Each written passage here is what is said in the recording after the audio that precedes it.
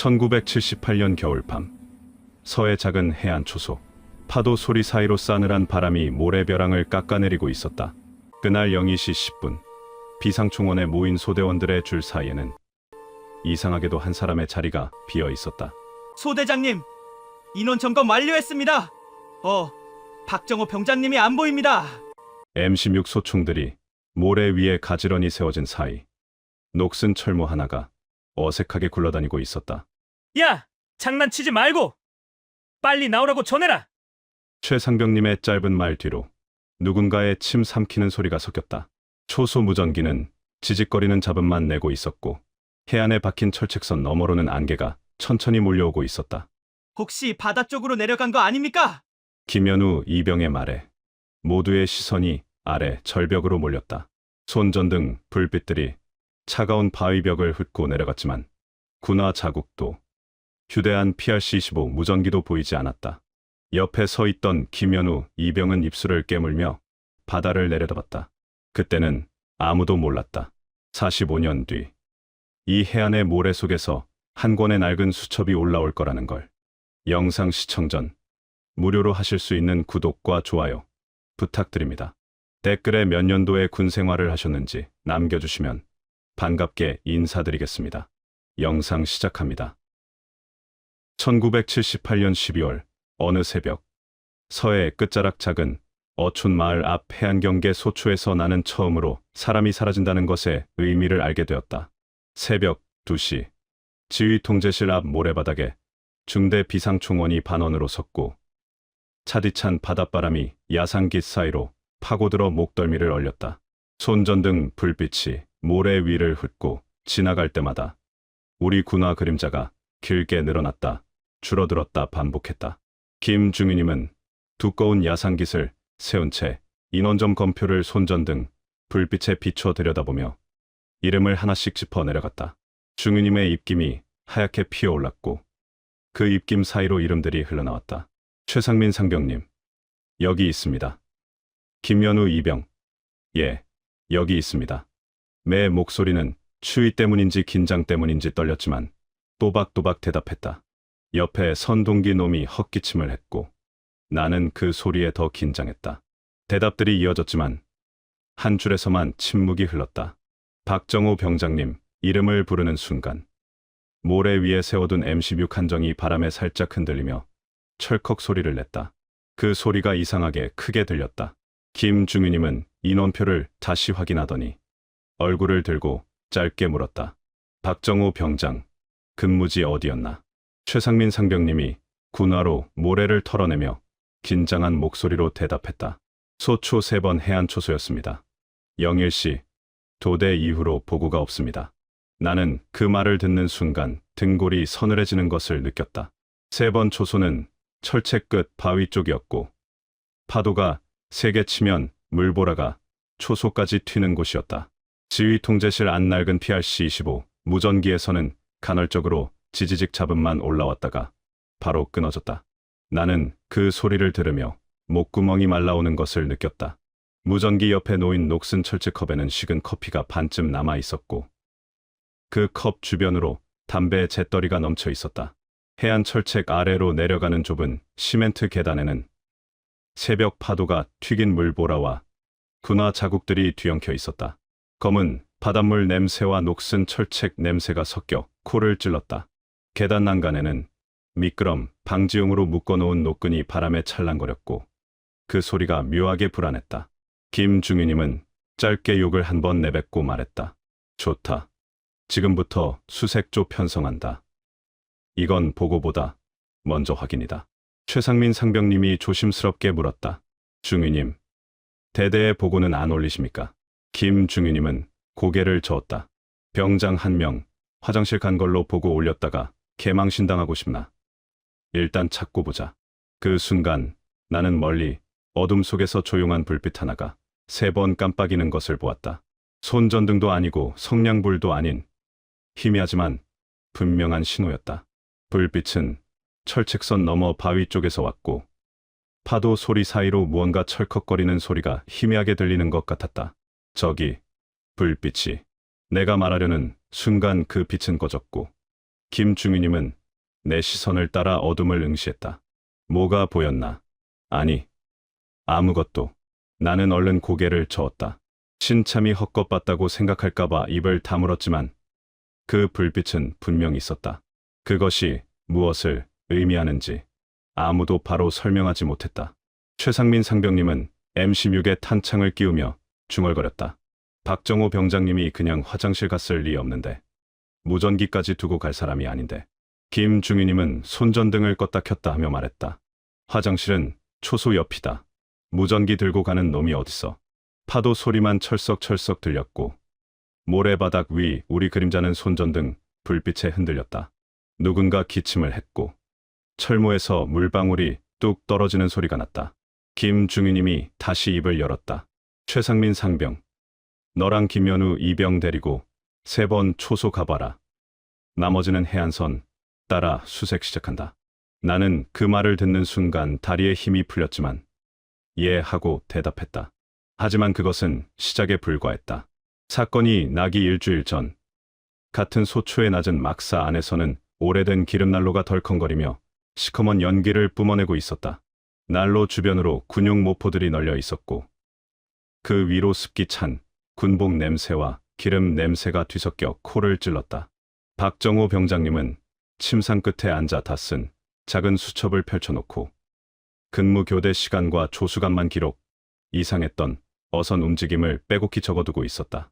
수첩 모서리는 손때로 까맣게 물들어 있었고 연필 자국은 힘있게 눌러 쓴 흔적들로 가득했다.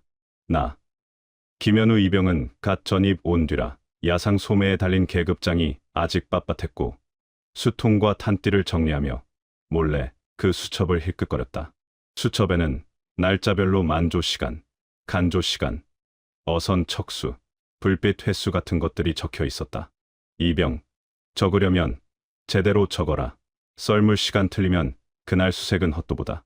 박정호 병장님은 연필 끝으로 앉은 키 조정을 하듯 수첩 칸을 가리키며 말했다. 나는 얼른 고개를 끄덕였지만 속으로는 조수간만이 뭔지도 정확히 몰랐다. 막사박 모래밭에서는 최상민 상병님이 M16 소총분의 결합을 후임들에게 다시 시키며 고무탄창을 한쪽에 쌓아두고 있었다. 상병님의 목소리가 막사 안까지 들렸다. 야, 탄피바지 제대로 안 끼우면 걸린다. 다시 해봐. 후임 한 명이 헐레벌떡 달려와 물통을 채우러 왔다가 박정호 병장님께 인사를 했다. 병장님, 저녁 식사 준비되었습니다. 박정호 병장님은 수첩을 덮으며 고개만 끄덕였다.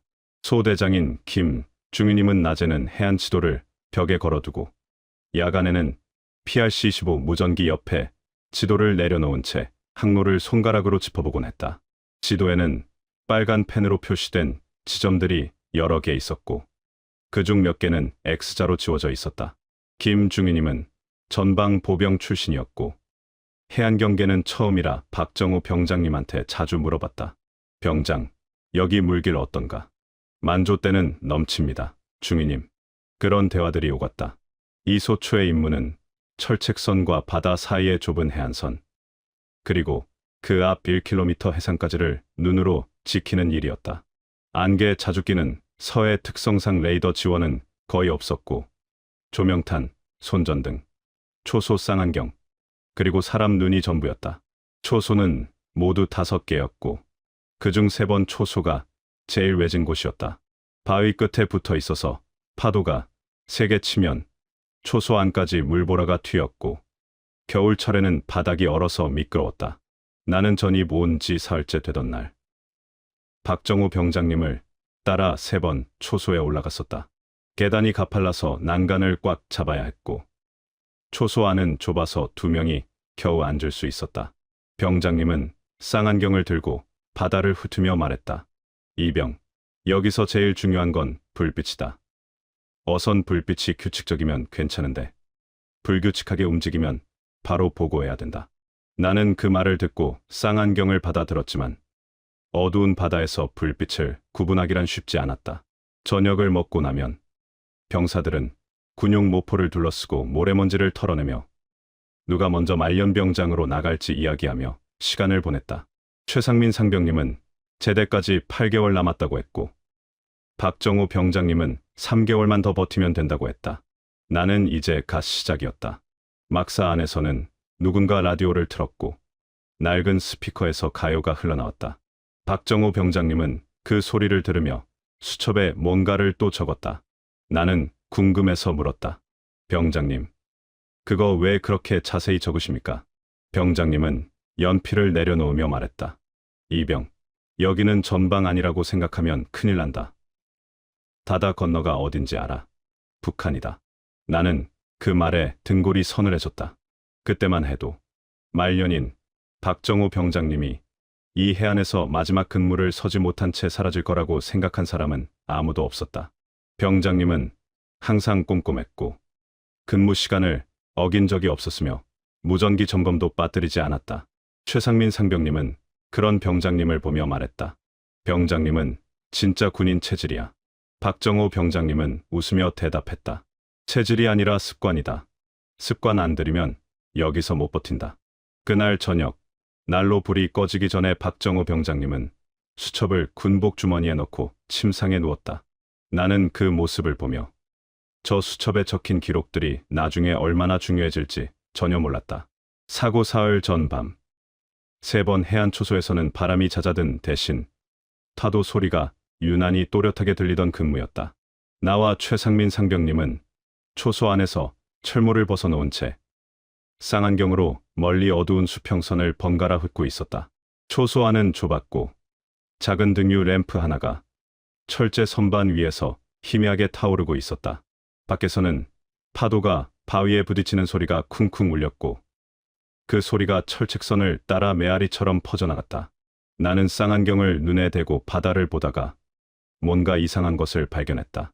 상병님, 저기 보입니까? 불빛이 일정하게 3번, 잠깐 쉬고 또 3번입니다. 최상민 상병님이 쌍안경을 받아들고 내가 가리킨 방향을 확인했다. 초소 유리창 너머로 희미한 불빛이 안개 사이에서 규칙적인 간격으로 깜빡였다 꺼지는 모습이 어렴풋이 들어왔다. 불빛은 수평선 가까이에 있었고 어선 불빛치고는 너무 낮게 보였다.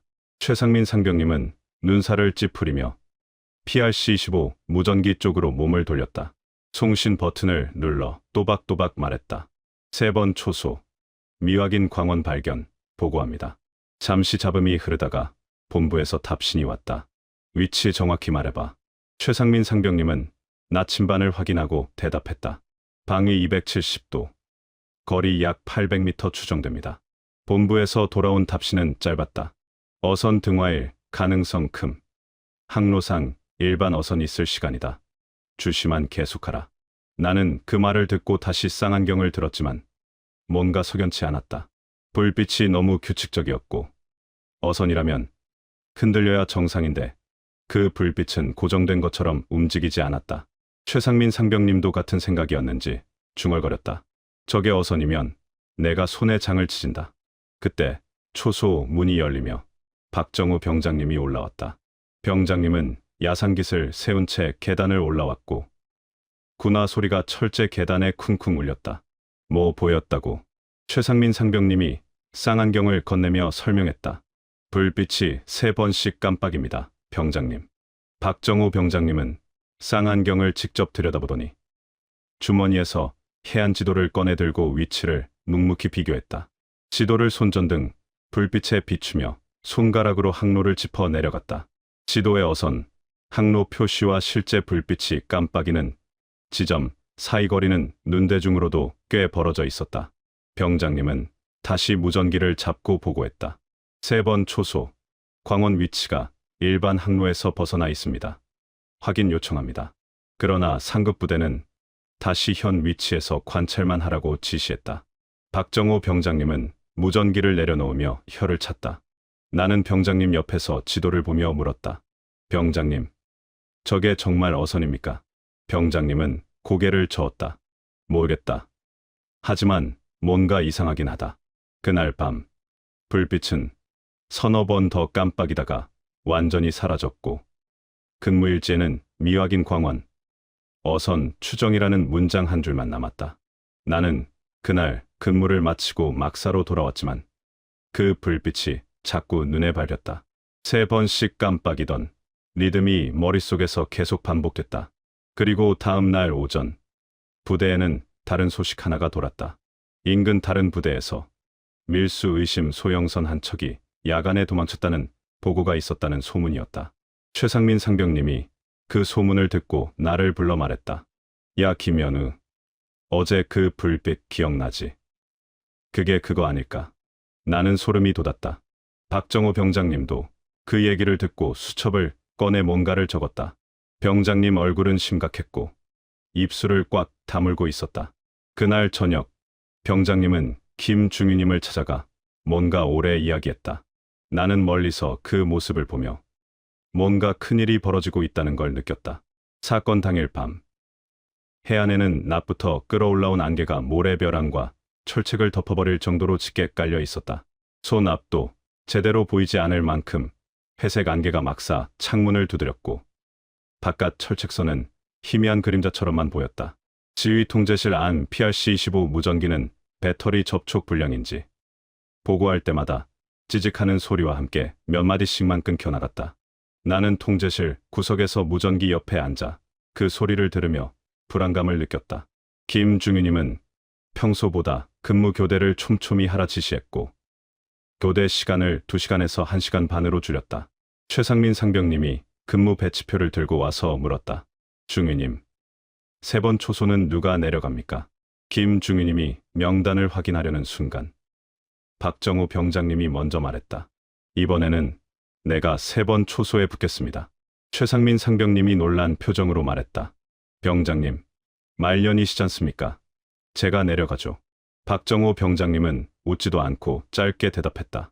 지도 본 사람은 내가 더 오래다. 나는 그 대화를 듣고 가슴이 철렁했다. 3번 초소는 안개 낀 날에는 가장 위험한 곳이었다. 계단이 미끄럽고 파도 소리 때문에 무전도 잘 안 들렸다. 박정호 병장님은 M16 소총을 메고 손전등과 무전기를 챙겨 들었다. 군장끈을 조이며 철모를 썼고 야상 주머니에서 수첩을 꺼내 한번 확인했다. 해안 계단으로 내려가는 그의 등에는 오래 입어 색이 바랜 야상과 여러 번 기워진 군장끈이 그대로 달려 있었다. 나는 막사 문틀에 기대 서서 그 뒷모습을 지켜봤다. 안개 속으로 사라지는 병장님 실루엣은 점점 희미해졌고 마지막에는 손전등 불빛만 깜빡이다가 완전히 보이지 않았다. 계단을 내려가던 박정호 병장님은 순간 몇 년 전 GOP 근무 때의 기억이 스쳤다. 그때는 겨울이었고 눈이 허리까지 쌓인 산 속에서 근무를 섰었다. 어느 날 밤, 철책선에서 이상한 소리를 들었지만 바로 보고하지 않았다. 그냥 동물이겠지 하고 넘어갔는데 다음 날 아침 수색조가 나가보니 철책이 끊어져 있었다. 중대장님이 병장님을 불러 세웠고 차갑게 말했다. 보고 늦으면 그 시간만큼 눈 속에서 사람 고생한다.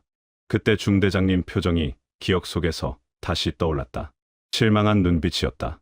그 뒤로 박정호 병장님은 조금이라도 이상하면 바로 보고했고 직접 확인하는 습관을 들였다. 그래서 이번에는 무전을 더 기다리지 않고 안개를 뚫고 해안선까지 직접 내려가 보기로 마음을 정했다. 통제실에서는 그가 3번 초소에 도착했다는 보고까지만 들었다. 무전기에서 박정호 병장님 목소리가 흘러나왔다. 3번 초소 도착. 이상무.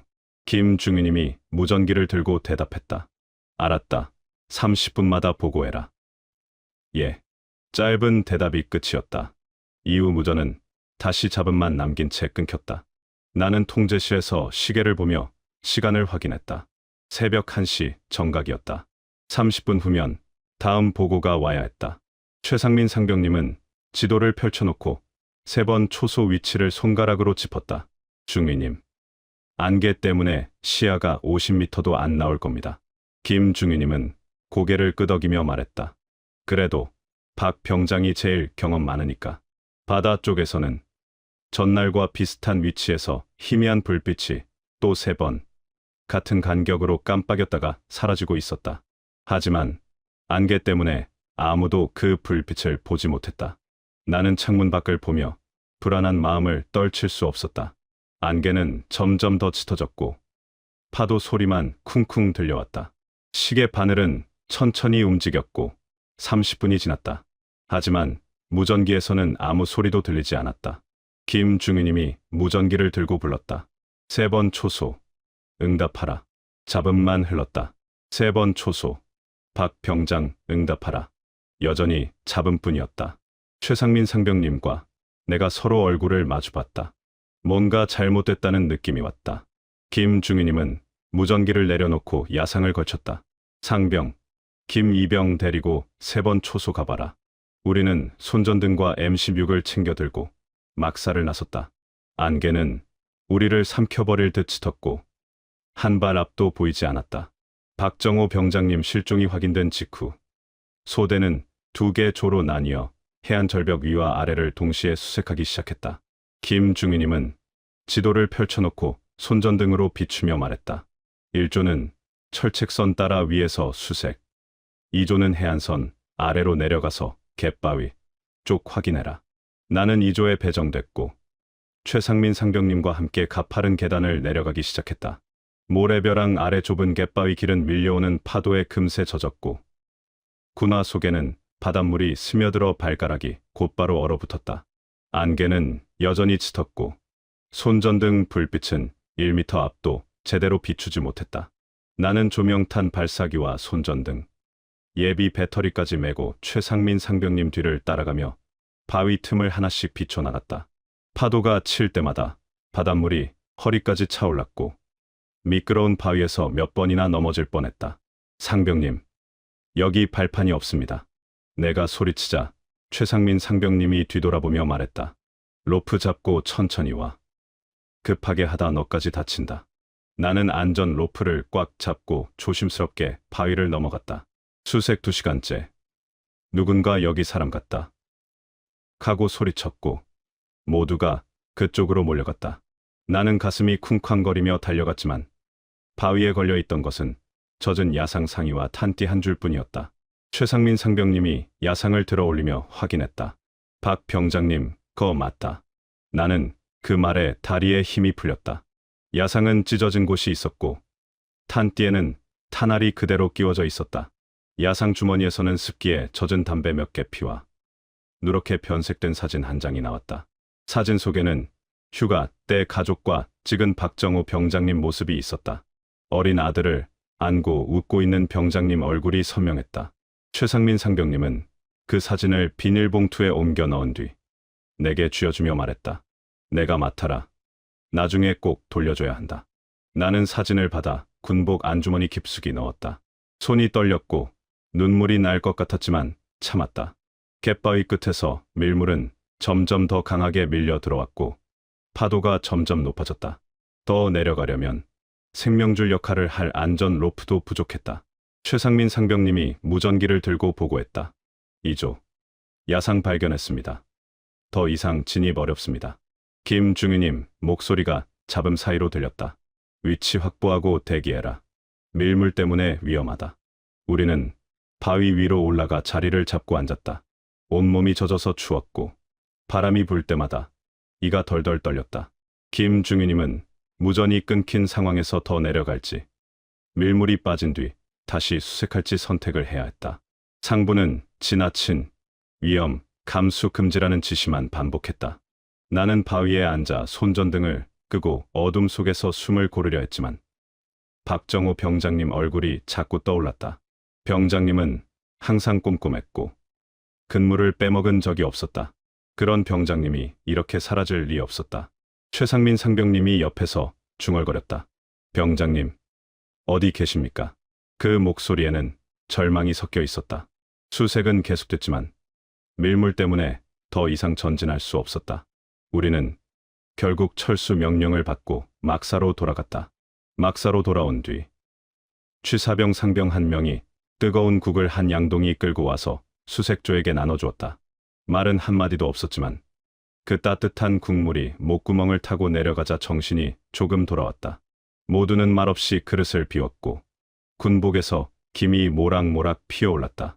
나는 국을 다 마시고 그릇을 내려놓으며 생각했다.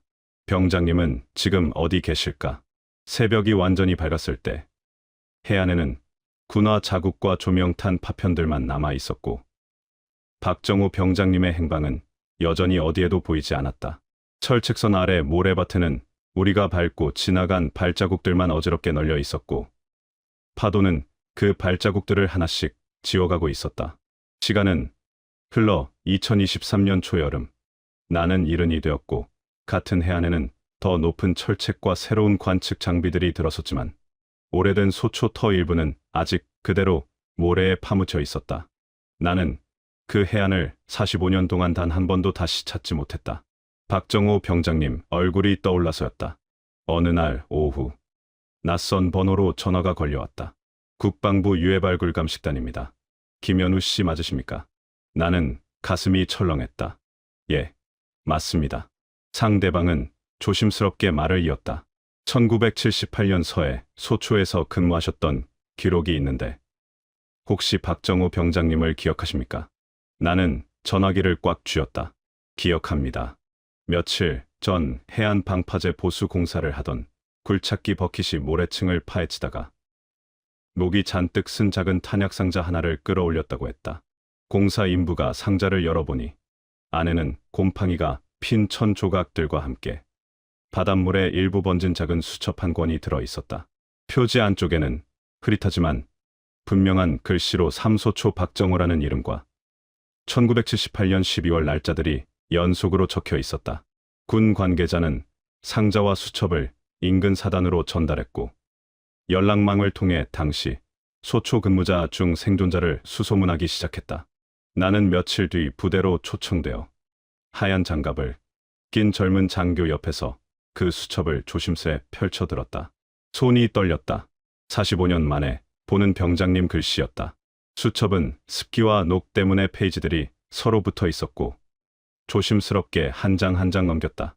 앞부분에는 조수간만 시간, 어선 척수, 근무, 교대 기록들이 빼곡했다. 병장님은 정말 꼼꼼했다. 중간쯤에는 미확인 광원에 대한 기록이 여러 번 나왔다. 12월 15일, 불빛 3회 깜빡임, 위치 동일, 상부 보고했으나 어선으로 추정. 12월 17일, 똑같은 불빛, 간격 정확히 5초, 이상함.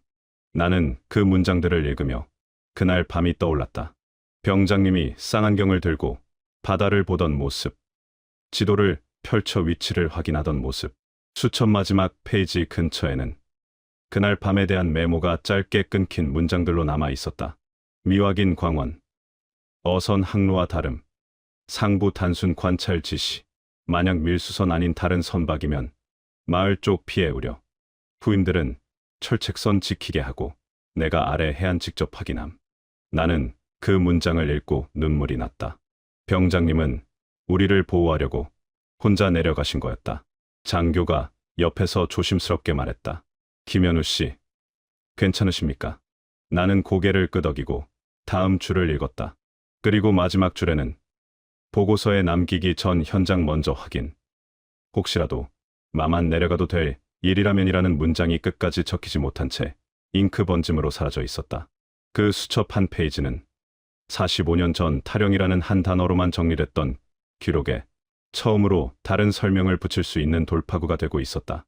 장교가 말했다. 당시 기록을 보니 박정호 병장은 타령으로 처리됐습니다. 하지만 이 수첩을 보면 다른 상황이었을 가능성이 큽니다.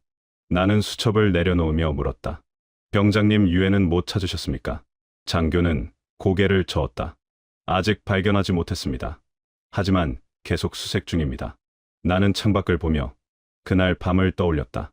안개 낀 해안, 파도 소리, 그리고 사라진 박정호 병장님. 병장님은 끝까지 군인이었다. 후임을 지키려 했고 마을을 지키려 했다. 수첩 내용이 확인된 뒤 사단은 당시의 상황 보고서와 근무일지 그리고 상급부대의 지시 기록을 다시 들춰보기 시작했다. 나는 조사관과 함께 오래된 문서 보관실에 앉아 1978년 12월의 기록들을 하나씩 펼쳐보았다. 노란 종이들은 만지면 부서질 것 같았고 잉크는 발에서 읽기 어려웠다. 보고서에는 분명 미확인 광원, 어선 추정, 관찰 계속이라는 문구와 함께 과도한 대응으로 민심, 동료 우려, 경계 유지하되 상부 판단을 기다릴 것이라는 지시가 남아 있었다. 나는 그 문장을 읽으며 주먹을 꽉 쥐었다. 그때 상부가 제대로 조치를 취했다면 박정호 병장님은 혼자 내려가지 않았을 것이다. 수첩과 대조한 조사 결과 박정호 병장님은 지시에 반해 독단적으로 움직였다기보다 허술한 지시 사이 빈틈을 메우기 위해 자신이 직접 해안으로 내려간 것으로 정리했다. 조사관이 말했다. 김현우 씨, 당시 박정호 병장은 본인 판단으로 위험을 감수한 겁니다. 명령 불복종이 아니라 임무 수행이었습니다. 나는 고개를 끄덕였지만 가슴 한편이 무거웠다. 45년이 걸렸다. 군은 유가족을 다시 초청해 타령 의심 실종이라는 기록을 임무 수행 중 실종으로 정정하는 절차를 진행했다. 나는 그 자리에 함께 있었고 박정호 병장님의 부인을 처음 만났다. 부인은 이제 80이 넘었고 지팡이를 짚고 있었다. 아들이 부축해서 들어왔는데 그 아들은 사진 속에서 봤던 어린아이가 자란 모습이었다. 부인이 나를 보며 물었다. 당신이 김현우 씨입니까? 예, 맞습니다. 나는 허리를 숙여 인사했다. 부인은 내 손을 잡으며 말했다. 고맙습니다. 45년 동안 우리 가족은 도망간 사람 가족으로 살았어요. 이제야 남편이 군인이었다는 걸 인정받았습니다. 나는 눈물이 났지만 참았다. 죄송합니다. 제가 그때 함께 내려갔어야 했습니다. 부인은 고개를 저었다. 아니에요. 당신은 살아남아서 이렇게 증언해줬잖아요. 좁은 기념관 한켠에는 당시 소초 사진과 함께 수첩 일부를 복사한 패널이 세워졌고 박정호 병장, 해안경계 임무 수행 중 실종이라는 문장이 작은 명패에 새겨졌다. 명패 옆에는 병장님이 입었던 야상과 탄띠, 그리고 그 수첩이 유리 케이스 안에 전시되었다. 나와 몇 남지 않은 옛 소대원들은 그 앞에 나란히 서서 새로 만든 명패 아래에 국화 한 송이씩을 내려놓았다. 최상민 상병님도 왔다. 이제는 최상민 할아버지였다. 우리는 서로 얼굴을 보며 아무 말도 하지 못했다. 그냥 눈물만 흘렀다. 기록이 바뀌었다고 해서 박정호 병장님의 시신이 돌아온 것은 아니었고 그날 미확인 광원이 정확히 무엇이었는지도 끝내 확정되지는 않았다. 조사 결과 당시 북한 공작선이 활동했다는 정황은 있었지만 직접적 증거는 없었다. 그러나 최소한 해안 초소에서 사라진 말년 병장이 단순히 도망간 사람이 아니라는 사실만큼은 공식적으로 남게 됐다. 나는 기념관을 나와 해안으로 걸어갔다. 해안 바람은 예전처럼 차갑게 불어왔고 조수간만의 차는 여전히 그때와 같은 리듬으로 모래를 깎아내리고 있었다. 45년 동안 아무 말도 못했던 한 사람의 선택이 작은 수첩 한 권을 통해 뒤늦게나마 부대와 전우들의 앞에 모습을 드러내고 있었다. 나는 철책선을 따라 천천히 걸으며 그날 밤을 떠올렸다. 3번 초소로 향하던 병장님 뒷모습, 안개 속으로 사라지던 손전등 불빛, 그리고 다시는 돌아오지 않은 그 사람. 파도가 철썩거리며 모래를 적셨고 나는 그 소리를 들으며 오래 서 있었다. 나는 이제 70을 넘긴 나이가 되었고 해안기념관 앞 벤치에 앉아 바다를 바라보면 내 발밑 모래 위에 그날 새벽 군화 자국들이 다시 떠오르는 것 같다. 45년이 지났지만 그날의 추위와 안개, 그리고 파도 소리는 여전히 생생하다. 그날 비상충원에서 이름이 불렸을 때 대답이 돌아오지 않던 그 짧은 침묵과 모래 위에서 흔들리던 MC6 한정의 모습은 지금도 눈앞에 선명하다. 김중희님이 인원표를 다시 확인하던 모습, 최상민 상병님이 긴장한 목소리로 보고하던 순간, 그리고 내가 본 3번 깜빡이던 불빛까지 모든 것이 어제 일처럼 떠오른다.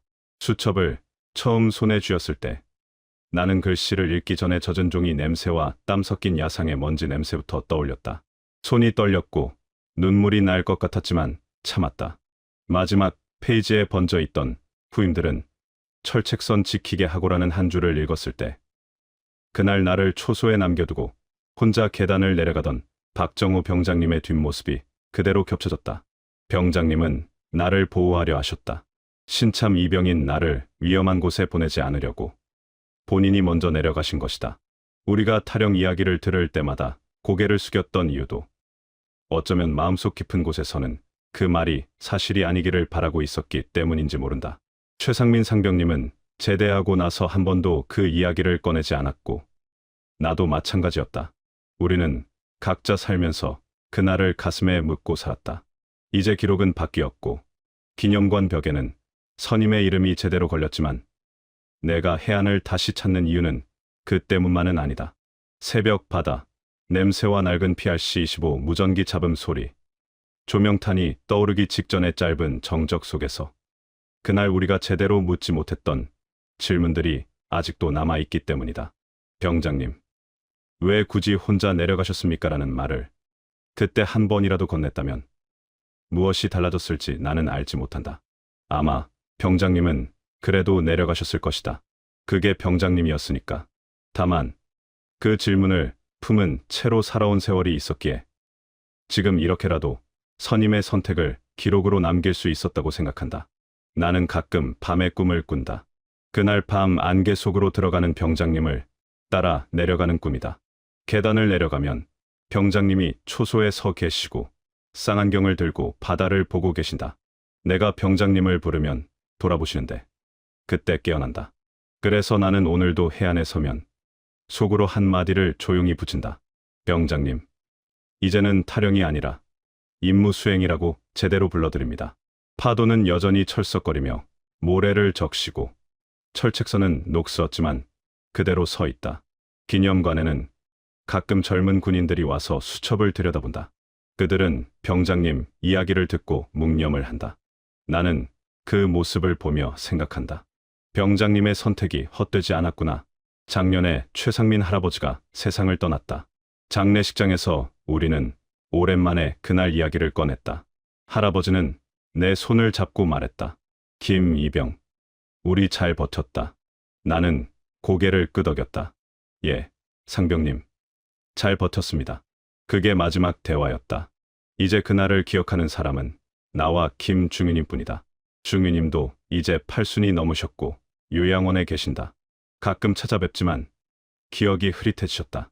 그래서 나는 이 이야기를 기록으로 남기려 한다. 병장님이 왜 내려가셨는지, 그날 무슨 일이 있었는지, 그리고 우리가 얼마나 오래 그 기억을 안고 살았는지를 말이다. 해가 지고 있다. 바다는 붉게 물들고 파도는 조용히 모래를 쓸어간다. 나는 벤치에서 일어나 기념관으로 돌아간다. 명패 앞에 서서 경례를 한다. 박정호 병장님, 편히 쉬십시오.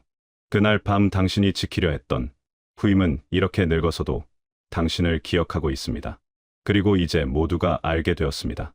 당신이 도망간 게 아니라 끝까지 군인이었다는 것을. 오늘 영상이 좋으셨다면 구독, 좋아요, 알림 설정 부탁드립니다. 감사합니다.